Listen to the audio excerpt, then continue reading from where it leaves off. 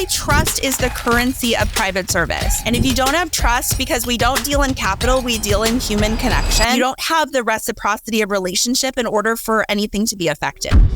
Today, we're joined by Jen Laurence, the founder of Luxury Lifestyle Logistics, and an advisor who has spent over 25 years inside ultra-high net worth estates. You've been quoted as saying that many are unprepared to handle the operational side. I'm curious what you mean by that. So first of all, What did you say? Luxury is not a feeling; it's a service. Luxury is not a price tag; it's a feeling. Oh, not a price tag; it's a feeling. Okay, yeah, not a price tag; it's a feeling. We had a great analogy in Butler School. If you can remember your first car, right? It was a clunker. So we all have our first car experience, and it's clunky, but boy, does it feel good when we get it for the first time.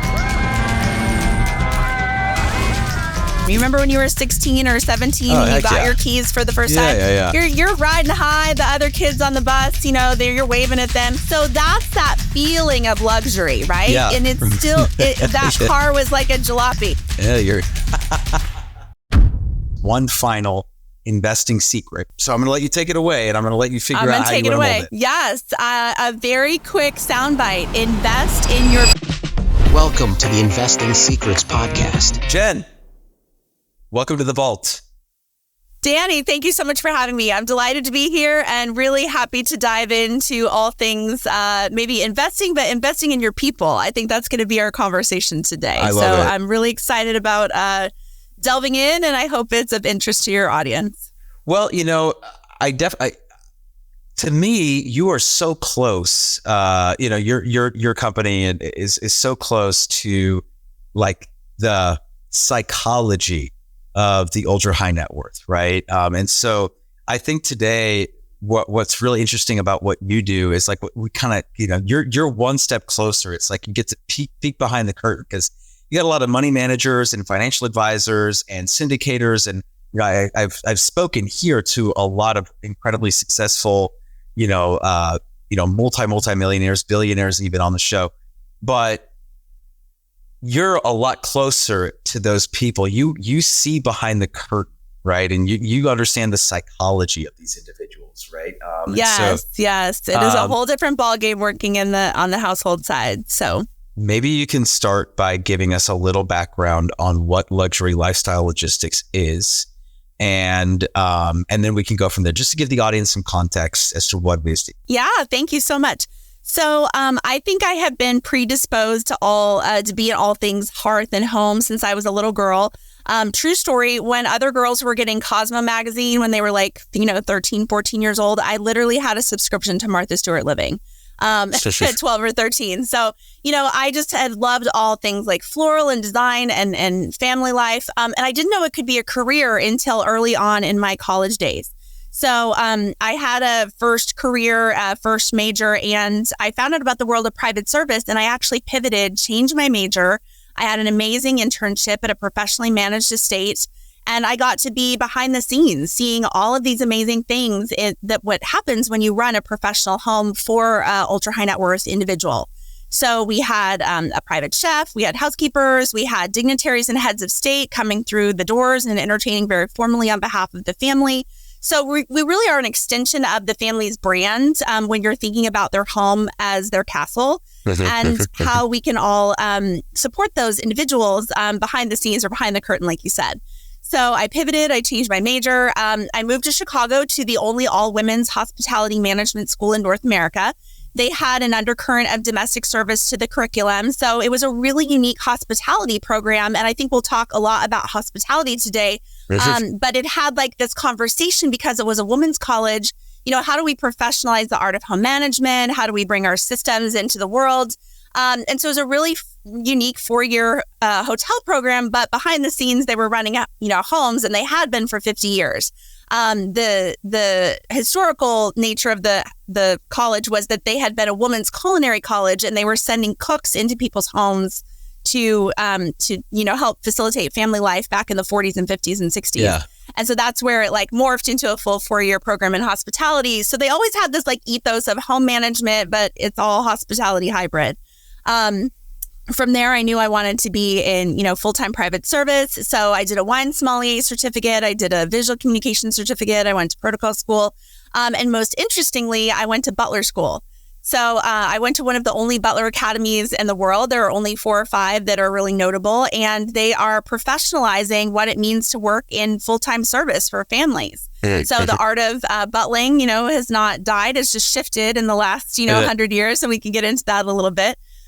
So I've been working for families behind the scenes and did so for many years early on in my career. And then we'll get into why I started consulting. I just saw a lot of inefficiencies in the ways that families were managing their staff. They would hire, train, and, onboard, and then kind of everything would fall to pieces. And they would delegate a very complex lifestyle to their staff and not understand how to make that sustainable. And so just like running a home is not a hotel. And that, I think, is the biggest takeaway for your listeners. And so what I do as a consultancy is I actually fly in and I will observe the family in their daily life with their staff so that we can run everything more effectively and have them have that 5-star service, but still have the home feel that they're looking for. That's it's super interesting. I mean, and I'm sure that the reason that this exists for you, right? Like this job, this career exists for you is because even though these people are so intelligent, a lot of them, right? Like a lot of them are super smart and they're incredibly successful. But like, isn't it weird how like when they step out of their, like I have a feeling like when they step outside of like what they're good at or like what they do, like it's like it could be like pretty much chaos, right? So I'm assuming that you might step into like a lot of like chaotic environments. You're like, okay, well, how do we make this less chaotic and create some structure? Yes, exactly. Sure. So you said it, and I'll say it in a different way. So families are not businesses. They are family sociology and family psychology.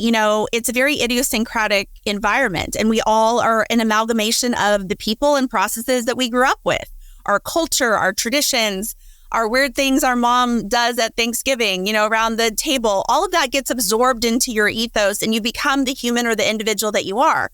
Well, when we go out into the business world, we put on a matrix of whatever business environment molds us into the professionalization aspects we need in that particular environment. So more simply put, it's all about spreadsheets and checklists and systems in a business environment. And there are no spreadsheets and checklists and PowerPoint presentations when you're at your house. Can you imagine with your spouse if you said, honey, I don't like the way you do your laundry. Let me give you a 5-point PowerPoint presentation on, this whole change management that we're going to do about how you sort the laundry. So, we don't have the tools, the systems, the mechanisms in family life like we do in a business. And so very, very well stated. We serve CEOs, we serve Fortune 500 leaders, but they kind of take off their mask when they walk in the door, and then they kind of, are in their complex of their family life and their family structure. They've got the wife, they've got the kids, mom is managing the calendar. It's crazy. She's trying to manage, dad's schedule or vice versa. Maybe they're both professionals, and it just becomes a very complex lifestyle. And the more they grow in stature, the more they have to manage, right? And so then their family life just becomes so much more erratic. And they hire more and more staff to try to shore up the framework of all of that. And it just becomes kind of a big psychological soup.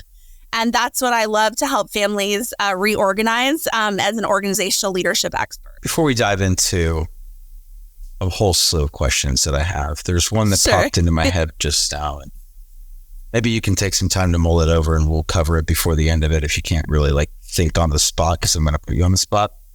But what are some of the unifying traits of the clients that you work with?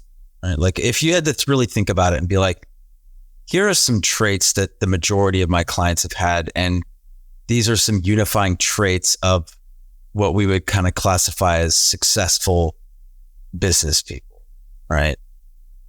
Absolutely. I'd be more than happy to answer that question. I think a drive and a tenacity for success. And they, like you said, they have success in a siloed environment, in the business environment in which they were, they grew their career in.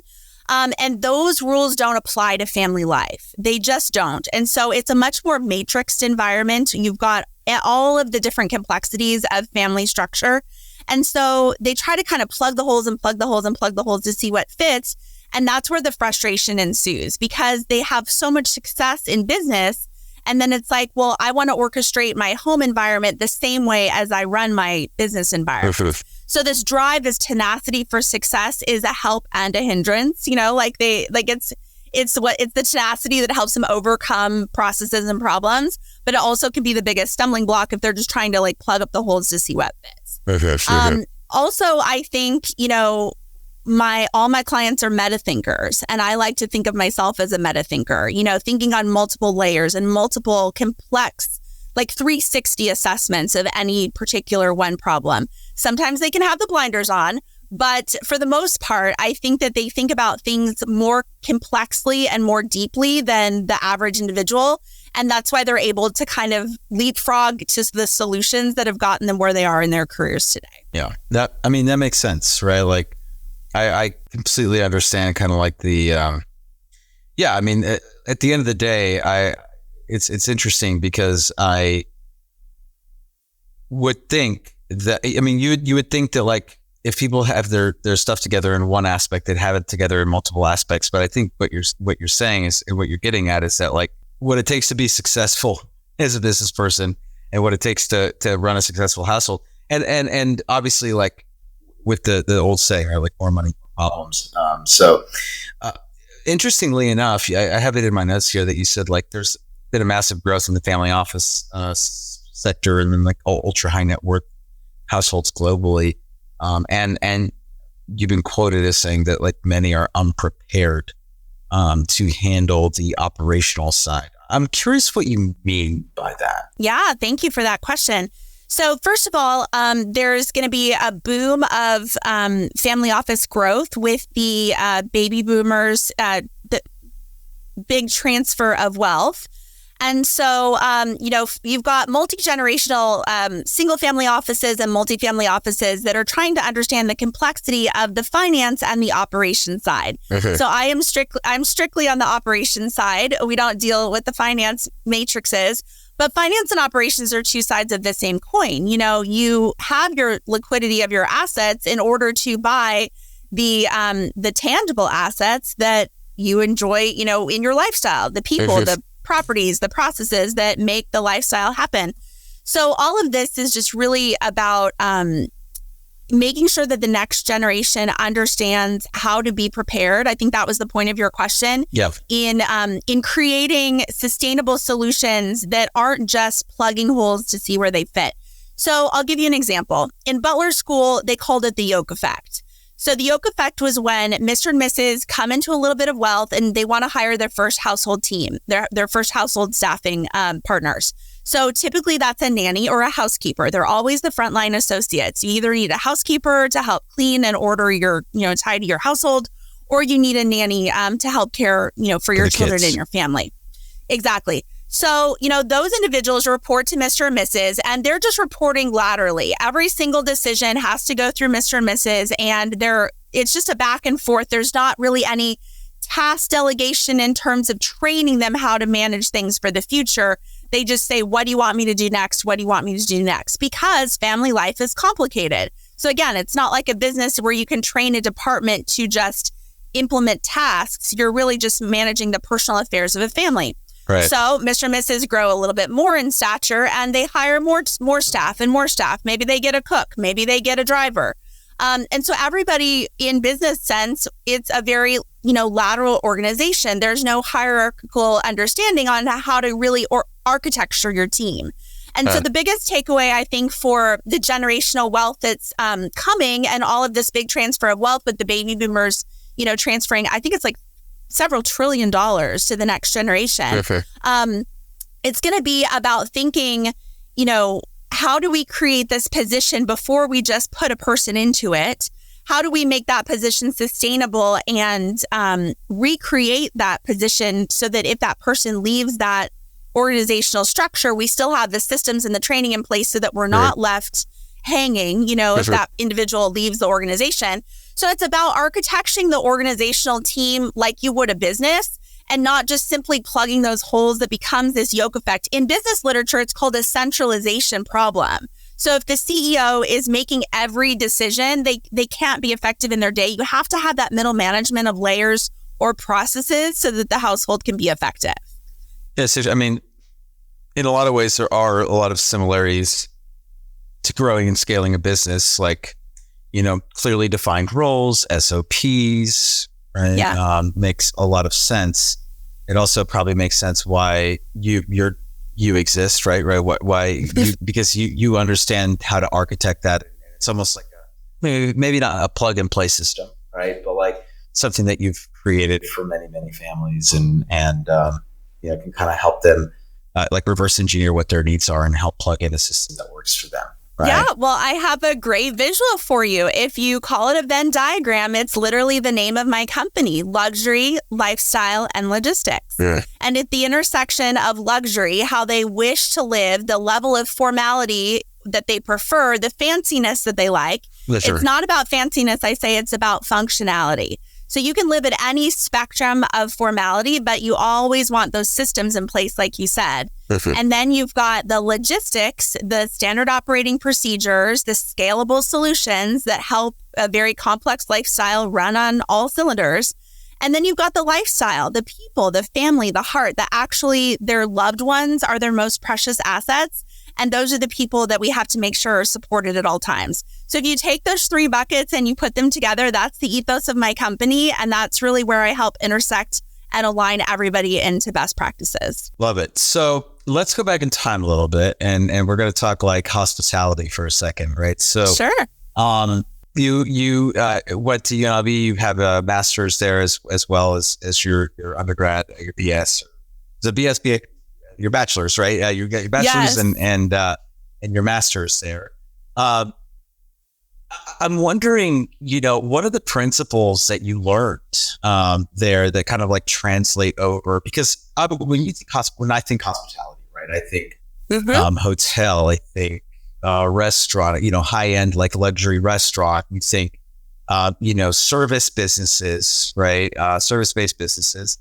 And you're effectively translating or applying almost like corporate, right, philosophies in a lot of ways, like corporate high-end hospitality philosophies, and then like applying them to a much smaller kind of like structure, right, in a lot of ways. So curious what you learned and kind of how you've been able to make that transition and translate a lot of those principles into a smaller kind of yeah, Danny. Well, you hit the nail on the head in a very heated debate on our side of the aisle. So let me just kind of break it down for you. What our families want is they all say, like, we want 5-star service. We want hotel service. We want everything to run like clockwork. We want our home to run like a hotel. Yeah. Well, a hotel is a very impersonal environment. It's also an anonymous environment. It's also a templated environment. Yeah. When you think about the Ritz-Carlton and the Four Seasons and all of these big corporations, they template their structures and processes and replicate them across so many properties. And you as the individual, as the guest, walk into that environment and you're not orchestrating any of that. You're simply a recipient of that hospitality. So if you think about how they make the beds or how they serve the food or how they greet you at the door, you as the guest have not had to orchestrate or, train on any of that. You're simply a recipient. So you are, in essence, it's almost like being an actor and a viewer of a play. You are the audience. They're putting on a play for you, and you don't go behind the fourth wall. Well, in a home environment, that is where the psychology comes into play. Because now you are the guest and the owner of your own hotel, and you go around, the owners go around and see everything in their environment because they've created everything in their environment. And then they try to sit in the guest seat and say, now serve me as the guest, and try to take off the blinders and pretend to be the guest and the owner in the same respect. And they simply cannot. And so this is the breakdown in communication that the entire industry is going through right now. It's called mimetic isomorphism. It's mimicking an environment in which you think will work in one aspect and it won't work in another aspect. So we can take the best practices from hospitality. I have 2 degrees in hospitality. I've been in hospitality for 20 years. How we clean a kitchen, how we handle food and beverage safety and food and beverage management. Well, all of that is well and good, but they're just simply the foundational aspects of running a home. And you cannot take a templated work environment and put it into a very personable home endeavor and think that it's going to run the same way. And my dissertation, I'm actually getting my PhD in organizational leadership at the moment. Nice. I'm writing Thank you. I'm writing the first ever doctoral work in the field in the history of academia. So I'm going to be publishing that any day now. I'm very excited. And a big part of my history chapter is how for the last 100 years, this is actually flip-flopped. And during the Edwardian days, there were more people in private service than in any other industry, more than agriculture, more than industry, more than manufacturing. 1 in 4 people was in private service because they were working in these big, beautiful homes. Think like Downton Abbey days, right? Yep. And so, the big manor houses would have the reciprocity of hospitality with the other peers in their social circles. So then the war happens, men go off to war, World War I, this is about, 1915. The big manor houses are scattered based on economic problems and things that happened at the time. And then all of a sudden you have this downturn and this shift into other industries, and all of these domestic workers go and work in other environments. Well, then the boom of the 80s happened. You have Margaret Thatcher and Ronald Reagan and all of this wealth that is created again for the first time.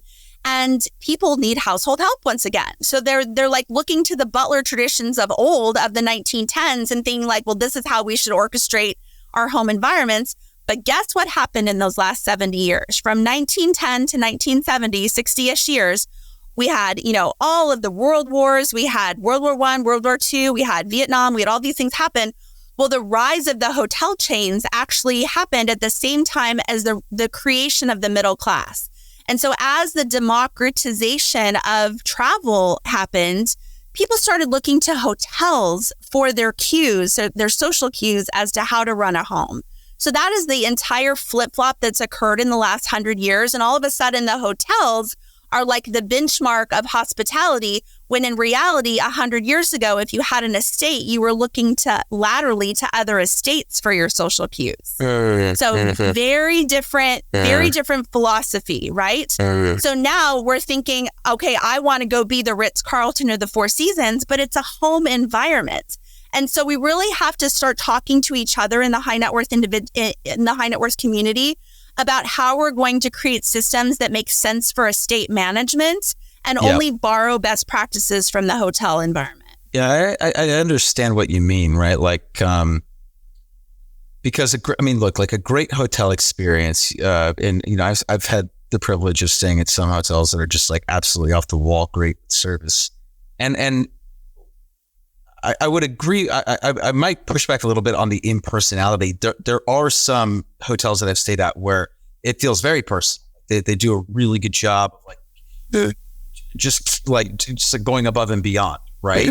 So, but I hear you. It's not nearly like the kind that you would receive like going to mom's house, right? Or like whatever. Well, right? let me break that down for you. So you started our show with the psychology piece, and that is what I'm getting at. Yeah. So you can walk into the fanciest environment and feel like a king, and they can treat you like royalty, but they don't know your dog's name, they don't know what you like to eat, and they don't know what makes you mad.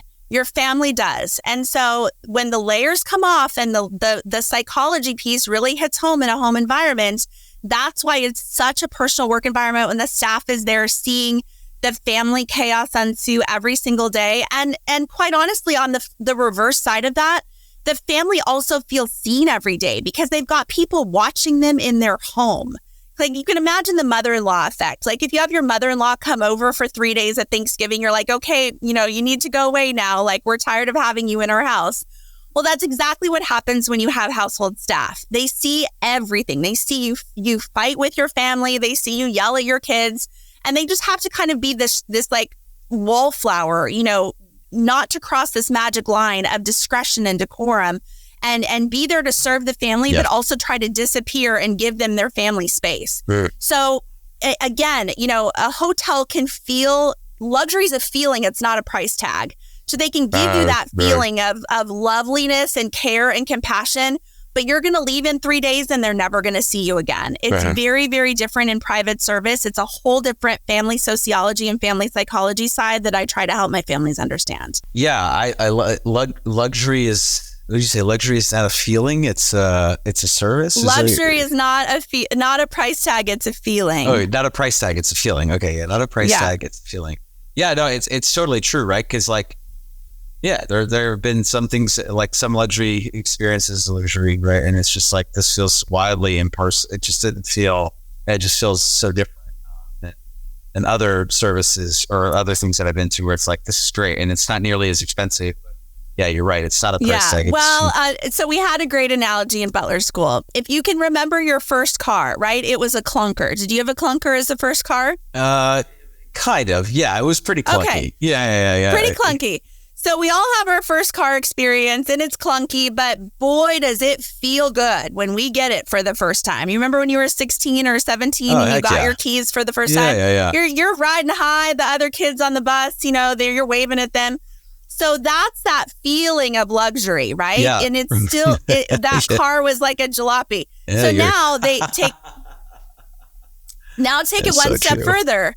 You get your next like better car, maybe in college, not a new car, but like it's a better car than your first one. And you feel better. You're like, wow, this makes me feel like I'm more successful now.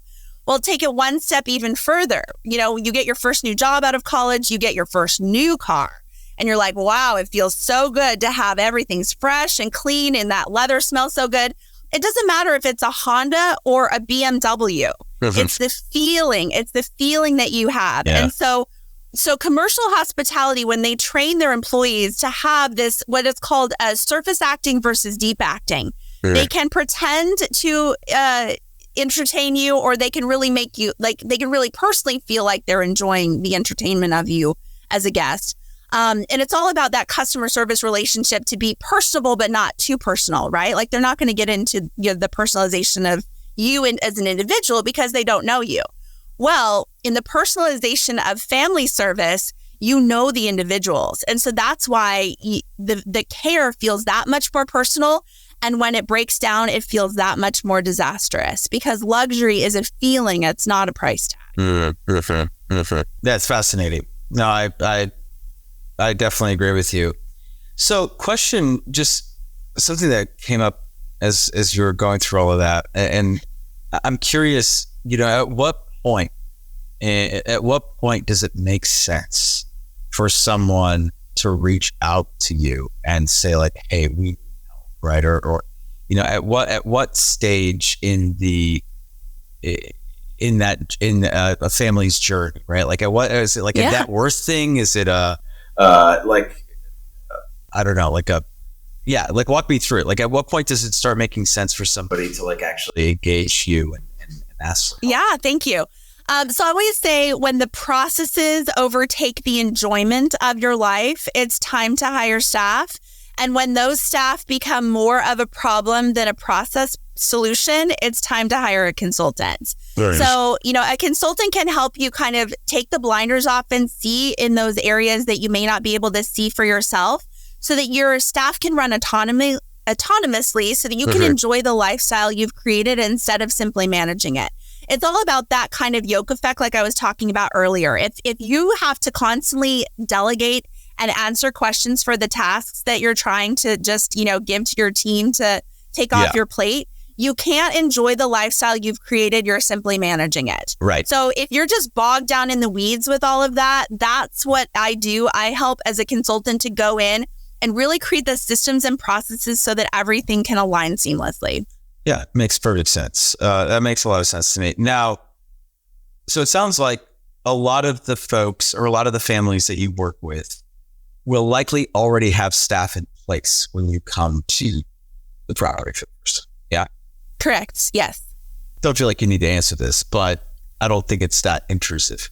How often do you have to clean house? I do fly in to hire and fire folks. So let's talk about the placement agencies for a little bit. When I first started in this industry, there were maybe 40 or 45 placement agencies in the US that placed people in these careers. Now there are over 3,000 agencies nationwide. So it has just exploded. And so they're all giving their clients very good advice or very bad advice. They're maybe just sending them an individual and saying, good luck. Like, I hope it works out. they're not really there to provide solutions. And the best agents, the agents that are acting with integrity understand that it's a close, personable working relationship. And they're really there as a coach to try to coach the staff and the client on how to have a more harmonious relationship. So in that way, they're almost like a social worker, right? Like they're putting people into a position that's a very high trust environment. Really, trust is the currency of private service. And if you don't have trust, because we don't deal in capital, we deal in human connection, you don't have the reciprocity of relationship in order for anything to be effective. So, I mean, we're talking about a nanny. How do you quantify the care of a nanny caring for your child? You simply can't. You can't put that on a spreadsheet. It's all about the trust and the relationship that mom and dad have with that nanny in order to, be a co-creator in their child's future. So all these placement agencies are just on the telephone and they're just like giving, people buying and selling in human capital. I mean, for lack of a better terminology, it really is what it is. And unfortunately, it's an unregulated environment. There are no systems and processes and benchmarks or safety in the regulatory aspects of that environment. So the first thing is that I start where the placement agencies end. They might send you a fabulous nanny or housekeeper or chef or a driver.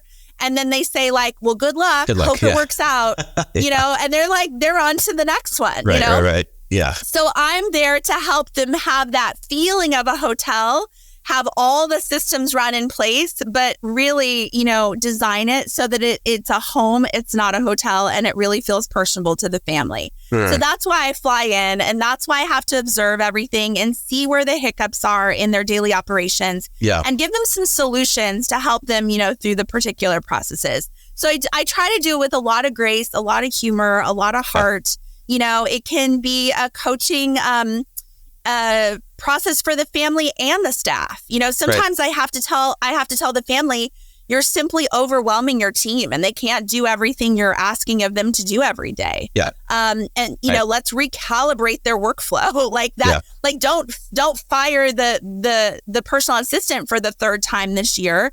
Like maybe let's step back, let's step back and see how much workload you're giving this one personal assistant, right? Yeah. Like, let's step back and talk about calendar management and systems and schedules. And, like I said, it's a very complex lifestyle. They've got 6, 8, 10 properties. That means they have 6, 8, 10, bills and paperwork and all of the things. And the people on the lifestyle side really need the support of the finance side. So this is why I feel like this conversation is so important for your audience, is because sometimes they just don't talk to each other. But the lifestyle side is generating all the paperwork and they're trying to get it over to the finance teams and the legal teams and the accountant teams to make everything seamless. They really have to be in close working relationship with each other at the management level so that the owner's assets are protected. Yeah, no, it's interesting because, again, I'm kind of coming back to this where your main role here is coming in to operationalize the household, right? To operationalize the household and do it in a way where you're not losing the soul of the household, right? Amen. I love that. Yeah. So it makes perfect sense to me. And then on the other hand, it's the difficult part with this is like, okay, well, if the family is too bogged down with managing the people responsible, right, then it becomes a chore.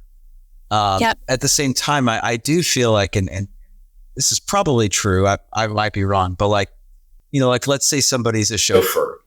Well, maybe they're a chauffeur, right? But they've never had to work in a setting where they are co-responsible for different things with other people, or right. So there's a lot more, I guess, interaction with the staff that maybe they're just not used to, right? And so in that way, it's a lot like a business where you have to teach people how to talk to each other and what to expect from other individuals. That's a great example. So let's just work with the chauffeur analogy for a little bit.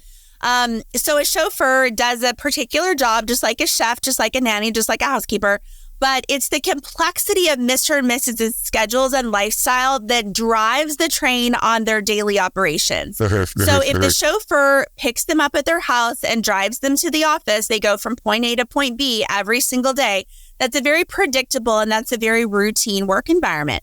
But let's say they have to manage Mr.'s calendar, schedules, travel, coordination from the pickup of the jet, coordination of the pickup of, multiple meetings around town. If they're in New York City, let's say, they've got to now interface with the personal assistant. They have to interface with the executive assistant. They might have to interface with mom, who is picking up the kids, needs the driver to go get the kids and that kind of thing. So everyone has to be very nimble, depending on the lifestyle and the pace at which the family drives that lifestyle. If they have a predictable schedule, everything is predictable. If it's a little bit nuts, then everybody has to be nimble and orchestrate the processes, the calendar, the pivots, the schedule changes. If a meeting is now in midtown and now it's in uptown, okay, well, now everybody has to scramble to make sure that you're aligned in all of those capacities. So just that one example, like we can have a predictable job flow for this chauffeur, or we can have a very dynamic workflow for this chauffeur. And those are two very different job descriptions. And we have to make sure that person's trained to be effective in that environment. Yeah, it's interesting. Really fascinating to me, Jen, what you do, because it's such a unique and niche field.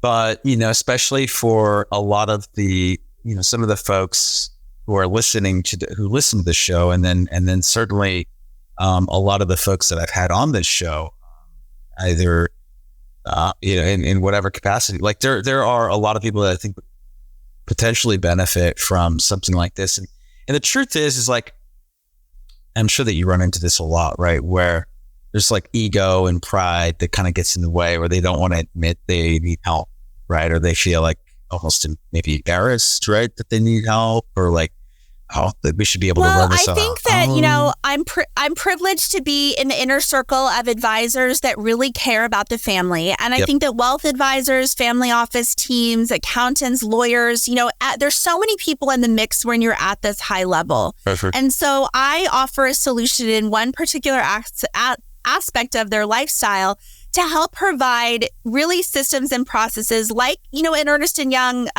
consultant comes in. They fly in, they help you see the blind spots, and then they provide, solutions. Yeah. But at that level, we're all expert generalists, right? Like we all provide systems and solutions in one particular area, but it takes a comprehensive team of all of those strategic, managers all working in harmony to make sure that our high net worth individual family is supported and valued and protected at the highest level. Mm-hmm. And so I truly can say to your investment, audience, that get your family office and your wealth advisors to talk to the lifestyle team, because if you're not in close harmony with them, your principal is not supported in the highest level.